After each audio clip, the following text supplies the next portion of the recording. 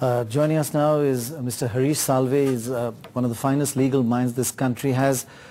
Salve, in the Sabharwal case, once again we saw the witnesses turn hostile. We saw that in the Jessica Lal case, so many cases, the Mattu case, we saw Mr. R.K. Anand, the senior lawyer, talking to witnesses on the other side. How do we change, how do we turn around? Because a justice system doesn't work like this. Pranay, I have always maintained we cannot have a quick fix to one of the facets of the major problems which ails our criminal justice system. We have very poor investigation.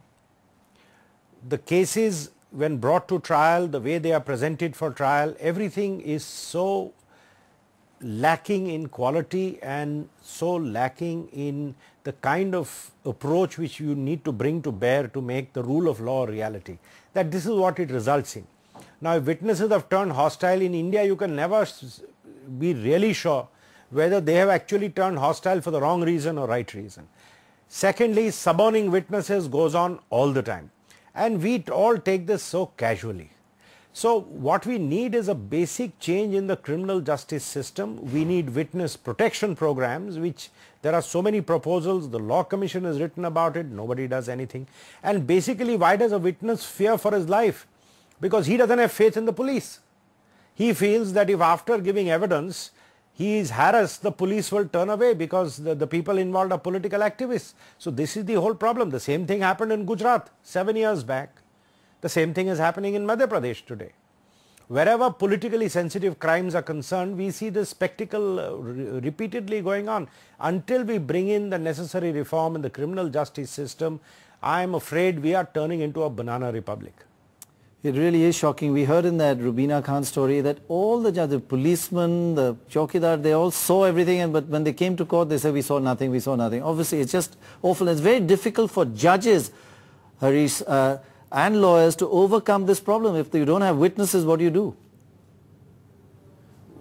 What do you do if you are appearing for the prosecution, the witnesses all come and turn hostile one by one? What can the judge do? He can, of course, the judge must be more proactive, as Justice Pasayat in his judgment in the Best Bakery case has explained. He must order further investigation. After all, a professor has been killed. You can't acquit everybody and wash your hands and walk away. He should have then stopped the trial, ordered further investigation. The Code of Criminal Procedure gives you all the powers. This is not a game about do I prove you guilty or do I not prove you guilty. This is about restoring society's faith in the rule of law. And this is the murder has been committed. It has been a lynching. Surely somebody is responsible. And if these are not the people, order a fresh investigation. And if he had done that, at that time, somebody could have moved the appropriate authorities, the CBI could have been called in, and if these people are innocent, then the right people could have been brought to book. But today, the whole thing is washed out. Yeah, and the professor had broken ribs, his lungs were punctured. This just couldn't happen out of thin air. Somebody obviously harmed him and killed him. Absolutely. I mean, nobody doubts it was a gruesome murder. If there is a gruesome murder of a professor by a bunch of hooligans who claim to be students, whoever they may be, and I don't know whether they were ABVP or whichever party or whatever. This has to be investigated. Otherwise, what faith will the teaching community have? Tomorrow, why will they take on the rowdy elements among students?